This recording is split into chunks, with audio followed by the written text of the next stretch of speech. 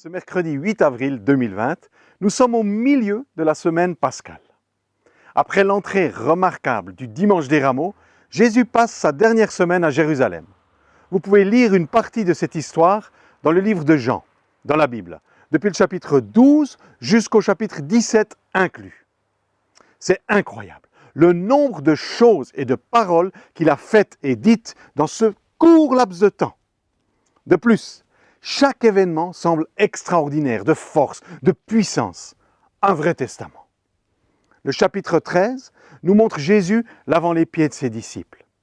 Au chapitre 14, il montre que lui seul peut conduire à son Père, Dieu. Il est le chemin. Plus besoin de vagabonder hors du sentier. Dans le chapitre 15, il nous dit qu'il est la vraie vigne. Nous, ses suiveurs, les sarments.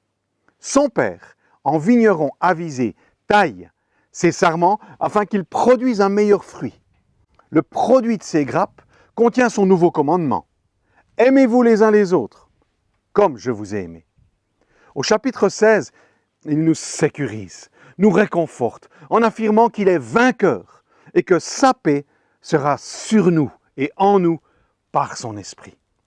Enfin, au chapitre 17, il prie son Père pour que nous puissions être unis les uns aux autres, comme lui, Jésus. Le Père et l'Esprit sont unis. J'ai choisi une de ces circonstances afin de rester bref. Le lavement des pieds. C'est tout bonnement incroyable. Juste après son arrivée royale dans les murailles de Jérusalem, ce roi, Jésus, s'abaisse à laver les pieds de ses 12 suiveurs. Il y a quelques années, j'ai eu le privilège, de par mon travail humanitaire, de visiter le village d'Ankaramalazza à Madagascar.